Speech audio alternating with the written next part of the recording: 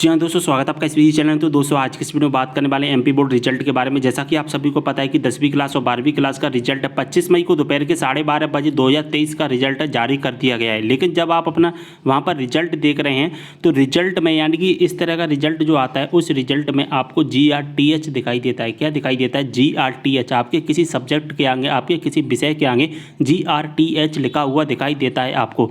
GRTH का मतलब क्या होता है? या दोस्तों आपको GRACE ग्रेस लिखा हुआ दिखाई देता है। ग्रेस का मतलब क्या होता है? पूरी जानकारी को इस वीडियो के माध्यम से देखेंगे तो वीडियो को शेयर कर देना है। पूरी इन्फॉर्मेशन मैं आपको बताऊंगा ग्रेस क्या होता है, GRTH क्या होता है। तो दोस्तों ग्रेस का मतलब होता है कृपांक अंक। जी हाँ दोस्तों, कृपांक अंक।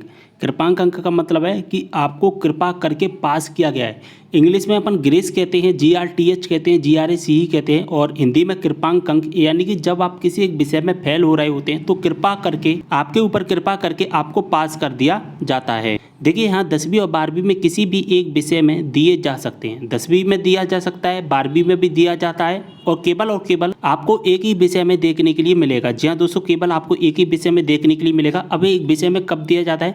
जब आप सभी विषयों में पास होते हैं। मान के चलिए आपके 5 विषय, 5 विषय में से आप 4 विषय में पास हो रहे हैं, लेकिन आपका 5वां विषय ऐसा है जिसमें आप फेल हो रहे हैं। यानी कि आप किसी भी 4 विषय में पास होते हैं और किसी भी एक विषय में अगर आप फेल हो रहे होते हैं या आपके कम नंबर आ रहे होते हैं, मान के चलिए आपको 33 पर पास होना है या आपको 26 पर पास होना है, उसमें से आपके आ कितने रहे हैं?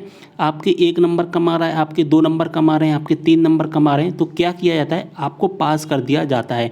और जब आपके ऊपर कृपा की जाती है तो वहाँ पर लिख दिया जाता है GRACE, यानी कि आप कृपा करके पास हुए हैं। तो GRACE ग्रेस लिख दिया जाता है।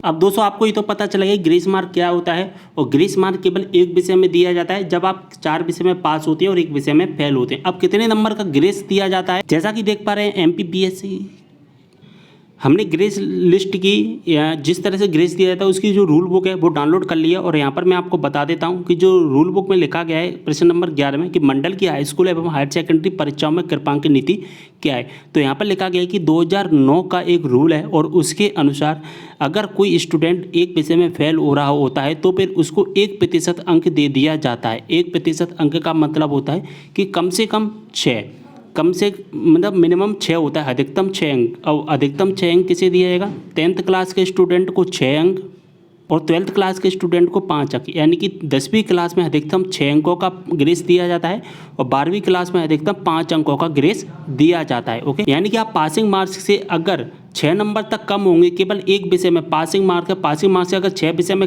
वो 6 नंबर कम है केवल और केवल एक विषय में, तो आपको ग्रेस देकर पास कर दिया जाएगा 10वीं क्लास में। और अगर आप पासिंग मार्क्स से यहाँ पर 5 नंबर कम है तो 5 नंबर कम हो, चाहे आप 4 नंबर कम हो, चाहे आप 3 नंबर कम हो, यानी कि 1 से लेकर 5 तक और 1 से लेकर 6 तक आपको ग्रेस दी जाती है और उसमें ग्रेस लिख दिया जाता है। ठीक है, अब यहाँ पर पासिंग लिस्ट देख लीजिए कि आपको कितने मिनिमम नंबर चाहिए। 10th क्लास की सबसे पहले हम देख लेते हैं लिस्ट को। यहाँ पर पासिंग मार्क रखा गया है 33%। आपको पता है कि 75 नंबर का आपका मेन एग्जाम होता है, 25 नंबर के आपके प्रैक्टिकल होते हैं, तो आपको 24.75 नंबर यानी कि 25 नंबर आपके लाने होते हैं। अगर आप 25 से लेकर 20 नंबर या 19 नंबर ला रहे हैं ना, 19 से लेकर अगर आप 25 नंबर ला रहे हैं तो आपको क्या हुआ? ग्रेस दे दी जाएगी। केवल एक विषय की हम बात कर रहे हैं, ठीक है, एक विषय की। और अगर हम 12th क्लास में बात करें, आपको 12th क्लास में पता होगा कि 2 तरह से पेपर होते हैं। एक 70 नंबर का मेन एग्जाम होता है और वो 30 नंबर का प्रैक्टिकल होता है। अगर आपका 80 नंबर का मेन एग्जाम हो तो उसमें 20 नंबर का प्रैक्टिकल होता है, आपको पता है। अगर 70 नंबर वाला आपका प्रैक्टिकल वो मेन एग्जाम है तो उसमें आपको 23 नंबर लाने होते हैं, प्रैक्टिकल में 10 नंबर।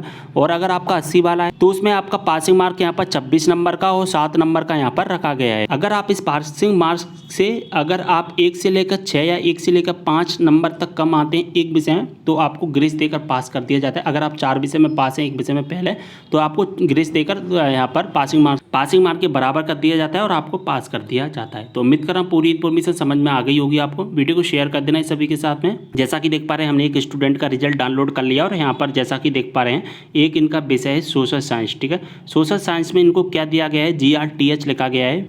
तो दोस्तों जैसा कि देख पा रहे हैं हमने एक रिजल्ट डाउनलोड कर लिया और डाउनलोड होने के बाद में जैसा कि देख पा रहे हैं एक आपको सब्जेक्ट दिखाई देगा सोशल साइंस का। कौन सा सब्जेक्ट दिखाई देगा? आपको सोशल साइंस का एक सब्जेक्ट दिखाई देने वाला है और इसमें आपको क्या दिखाई देगा? GRTH क्या दिखाई देने वाला है दोस्तों? GRTH आपको दिखाई देगा। तो यहाँ पर GRTH, ठीक है, ग्रेस इन थ्योरी यहाँ पर आपको पता है। और यहाँ पर कितने नंबर आए हैं? 22 नंबर, ठीक है। मैंने आपको बताया 23 नंबर में हमें क्या मिलता है? ग्रेस। तो 1 नंबर का इन्हें क्या मिल गया? 23 नंबर हमारा पासिंग मार्क होता है और इनके नंबर कितने आए थे? 22। तो इसमें क्या किया गया है कि 1 नंबर बढ़ा के, यानी कि 1 नंबर की कृपा करके इनको पास कर दिया गया है। अगर 21 होता तो दो नंबर का यहाँ पर ग्रेस मिल जाता। अगर यहाँ पर 20 होता तो 3 नंबर का ग्रेस मिल जाता। जो मैंने अभी आपको लिस्ट बताई, बस इस पासिंग मार्क के आसपास आपके नंबर होने चाहिए या इससे कम होना चाहिए। 1 नंबर कम हो, इससे कम हो, इससे कम हो, इससे कम हो, तभी आपको ग्रेस मिलेगा, अन्यथा आपको ग्रेस नहीं मिलता है। अगर इससे ज़्यादा है तभी तो आपको ग्रेस नहीं मिलेगा।